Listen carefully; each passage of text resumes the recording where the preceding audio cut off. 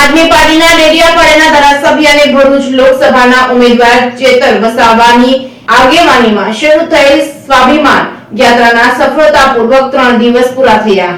આમ આદમી પાર્ટીના ડેડિયાપાડાના ધારાસભ્ય અને ભરૂચના લોકસભાના ઉમેદવાર ચેતર વસાવાની આગેવાનીમાં શરૂ થયેલ સ્વાભિમાન યાત્રા સફળતાપૂર્વક 3 દિવસ પૂરા થયા હતા અને આ યાત્રા 21 દિવસ સુધી ચાલશે। ભરૂચ લોકસભાના અલગ અલગ ગામોમાં ફરશે। 24 ફેબ્રુઆરીના રોજ અંકલેશ્વર હાસોટ વિધાનસભાના અલગ અલગ ગામોમાંથી આ સ્વાભિમાન યાત્રા પસાર થઈ હતી। તમામ જગ્યાએ ચેતર વસાવાનું ઉષ્માભેર સ્વાગત કરવામાં આવ્યું હતું। લોકોનું ખૂબ જ સમર્થન મળ્યું હતું। યાત્રામાં ચેતર વસાવાની સાથે સાથે આમ આદમી પાર્ટીના પ્રદેશના નેતાઓ તથા સ્થાનિક પદાધિકારીઓની સાથે સાથે મોટી સંખ્યામાં કાર્યકર્તાઓ જોડાયા હતા। આ યાત્રા દરમિયાન ચેતર વસાવાએ લોકો સમક્ષ પોતાની વાત રજૂ કરતા જણાવ્યું હતું કે હું ધારાસભ્ય બન્યો એ પહેલા લોકોની સેવા કરતો, પરંતુ ધારાસભ્ય બન્યા બાદ આદિવાસી વિસ્તારમાં મારી લોકપ્રિયતા વધી ગઈ છે, માટે ભાજપને મારાથી ખતરો મહેસૂસ થયો છે। એટલા માટે તેમણે ષડયંત્ર રચી મને અને મારા ધર્મપત્નીને જેલમાં નાખ્યા હતા। આ ફક્ત મારા પરિવારનું જ નહીં પરંતુ સમગ્ર આદિવાસી સમાજનું અપમાન છે, કારણ કે ષડયંત્રકારીઓને આદિવાસી સમાજની દીકરીને જેલમાં મોકલી હતી। ભાજપના સાંસદો ક્યારેય પણ આદિવાસી સમાજની સેવા કરતા નથી। આદિવાસી વિસ્તારમાં અનેક સમસ્યાઓ છે, પરંતુ આ સમસ્યાનું સમાધાન માટે ભાજપના નેતાઓ ક્યારેય પણ આગળ આવતા નથી અને હું આદિવાસી વિસ્તારમાં લોકો માટે રાત દિવસ મહેનત કરું છું। તો ભાજપ મને રોકવા માંગે છે, પરંતુ મને વિશ્વાસ છે કે આ લોકસભાની ચૂંટણીમાં સમગ્ર આદિવાસી સમાજ અને ભરૂચના તમામ સમાજના લોકો મારો સાથ આપશે અને મને આ ચૂંટણી જીતાડશે। જેકેએસ ન્યૂઝ ગુજરાતી સાથે કેતન મહેતા, ભરૂચ। અમે 22 તારીખથી ઝઘડિયાના ગુમાનદેવ હનુમાન દાદાના મંદિરથી અમે સ્વાભિમાન યાત્રાનો પ્રારંભ કર્યો છે। તો તે દિવસે પ્રારંભ કર્યો, અમે હનુમાન દાદાના દર્શન કરીને આગળ વધ્યા તો અમને સારા સમાચાર મળ્યા। અમને સૂત્રો દ્વારા તે દિવસે જાણવા મળ્યું કે ગઠબંધન થયું છે ને એમાં તમે ઉમેદવાર છો। એ રીતના ફરી ગઈકાલે અમે જ્યારે વાલિયા તાલુકાના ગામડાઓમાં હતા ત્યારે કોંગ્રેસ આમ આદમી પાર્ટીના ગઠબંધનને ભરૂચ સીટ પર મારા નામની મોહર મારી છે। ત્યારે આ દિવસ અમારા માટે ખૂબ જ મહત્વનો દિવસ હતો, ખુશીનો દિવસ હતો અને અમે આમ આદમી પાર્ટીના અરવિંદ કેજરીવાલજી, ભગવત માનજી, સાથે સાથે કોંગ્રેસના આગેવાનો રાહુલજી, મલ્લિકાર્જુન ખડકેજી અને પ્રદેશ પ્રમુખ શક્તિસિંહ ગોહિલજી જે મારા પર ભરોસો કર્યો છે, મારા પર જે વિશ્વાસ મૂક્યો છે, તો આવનાર દિવસોમાં અમે બધા સાથે રહીશું।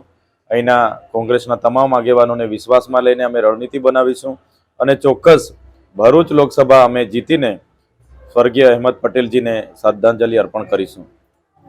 વાત કરી બરાબર છે, પણ ભરૂચમાં ખાસ કરીને કોંગ્રેસ આગેવાનોમાં નારાજગી છે અને ક્યાંક ને ક્યાંક એ ડેમેજ કંટ્રોલ શું તમે પૂરો કરશો કે એની વોટ પર અસર કરશે? કોંગ્રેસ ખૂબ જૂની પાર્ટી છે। સ્વર્ગીય અહેમદભાઈ પટેલ અહીંથી લીડ કરતા હતા ત્યારે સ્વાભાવિકપણે કોંગ્રેસ અહીંયા વર્ષોથી લડે છે, તો આ વખતે પણ એમની ઈચ્છા હતી, મુમતાજબેન હોય, ફેજલભાઈ હોય, બીજા આગેવાનો પણ લડવા ઉત્સુક હતા। પણ ગઠબંધનમાં, એલાયન્સમાં જે લોકતંત્ર બચાવવાની વાત છે અને લોકહિતની વાત છે એમાં ગઠબંધન થયું છે ત્યારે અમારા ફાળે આ બેઠક આવી છે। તો ચોક્કસ આગળ પણ અમે મળ્યા છે અને અમારા વચ્ચે કોઈ મતભેદ નથી। આવનાર દિવસોમાં પણ અમે એમની સાથે મળીને જ ભરૂચ લોકસભા કઈ રીતના જીતાય એ રણનીતિ અમે બનાવી આગળ વધીશું। દિવંગત અહેમદ પટેલના પુત્ર ફૈઝલ પટેલ હાલ પણ એ આશા સેવીને બેઠા છે કે એ દિલ્હી ગયા છે હાઈકમાન્ડ પાસે અને ભરૂચ સીટ લાવવાની કોશિશ કરે છે અને જો નહીં આવે તો પણ અપક્ષ લડવાની જે દાવેદારી મીડિયા સમક્ષ કરી છે, શું કહેશો? હા, એમની ઉમેદવારી કરવાના હતા અને ટિકિટ ન આપવાથી નારાજગી છે અને પોતે પણ ગાંધી પરિવાર સાથે સારા એવા એમના સંબંધો છે, પરિવાર છે એમનો। ત્યારે મને પૂરો ભરોસો છે કે અહેમદ પટેલજીનો આખો પરિવાર આ વખતે મને સમર્થન કરશે અને અમે આ લોકસભા જીતીને અહેમદ પટેલજીનું સપનું અમે પૂરું કરીશું। ખાસ કરીને ભરૂચ લોકસભાની વાત કરીએ તો મુસ્લિમ કોમ્યુનિટીના મતો પણ ખૂબ જ મોટી માત્રામાં છે, તો એને રીઝવવા માટે આપણે શું સ્ટ્રેટેજી? અહીં ગુજરાતમાં 28 વર્ષથી ભાજપની સરકાર છે, કેન્દ્રમાં એમની સરકાર છે, એમના સાંસદને ભરૂચના લોકોએ 30 વર્ષ આપ્યા છે, ત્યારે દરેક ક્ષેત્રે એ લોકો નિષ્ફળ નીવડેલા છે। તમે જોઈ શકો છો આ વિસ્તારોમાં આટલી મોટી 6 જીઆઈડીસીઓ છે, સ્થાનિક યુવાનોને રોજગારી નથી, જેમની જમીનો આમાં ગઈ છે એમને વળતર નથી। હમણાં પણ ભાડભૂંજ યોજના ચાલે છે, એમાં જમીનો 6 ગામની ગઈ છે, એમને પણ યોગ્ય વળતર નથી મળ્યું। નેશનલ હાઈવે વડોદરા મુંબઈ જે નીકળે છે એમાં 32 ગામોને વળતર નથી આપવામાં આવ્યું। 2 ગામોને તો કોર્ટમાં લઈ જવામાં આવ્યા છે. તો આવી અનેક પરિસ્થિતિઓ સામે લોકોને રીઝવવાની સવાલ નથી, પણ લોકો જાણી ગયા છે કે ભાજપની કરની અને કથની અલગ છે. એટલે આ વખતે ચોક્કસ અમને સારો પ્રતિસાદ મળી રહેલો છે. યાત્રામાં અમે જે દિવસથી નીકળ્યા છે તો આખા ગામના લોકો અમારું સ્વાગત કરે છે, અમને સાંભળે છે. એટલે ચોક્કસ આ વખતે ભરૂચ લોકસભામાં પરિવર્તન થશે. તમે કઈ રીતે આકર્ષો? મુસ્લિમ મતદારો સારી રીતે જાણે છે કે દેશમાં શું ચાલી રહ્યું છે. તમે જોયું હશે કે મહત્વના બિલો જ્યારે લોકસભામાં રાજ્યસભામાં પસાર કરવાના હતા, 142 સાંસદોને સસ્પેન્ડ કરીને એ બિલો પાસ કરી દેવામાં આવ્યા. ચંદીગઢની ચૂંટણીમાં તમે જોયું હશે કઈ રીતના એ લોકો લોકતંત્ર પર તરાપ મારી રહ્યા છે. ત્યારે મુસ્લિમ સમાજ સાથે પણ આઝાદીના 75 વર્ષ પછી એમની સાથે પણ અન્યાય થયો છે.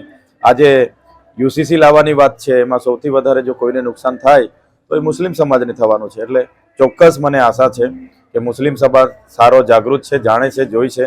અને આ વખતે કોંગ્રેસ અને આમ આદમી પાર્ટીના ગઠબંધનના અમે જ્યારે ઉમેદવાર હોય ત્યારે પૂરો સમાજ અમને સમર્થન કરશે. અંતિમ છે, શું દિવંગત અહેમદ પટેલના પરિવાર સાથે આપની કોઈ વાતચીત થઈ છે ખરી?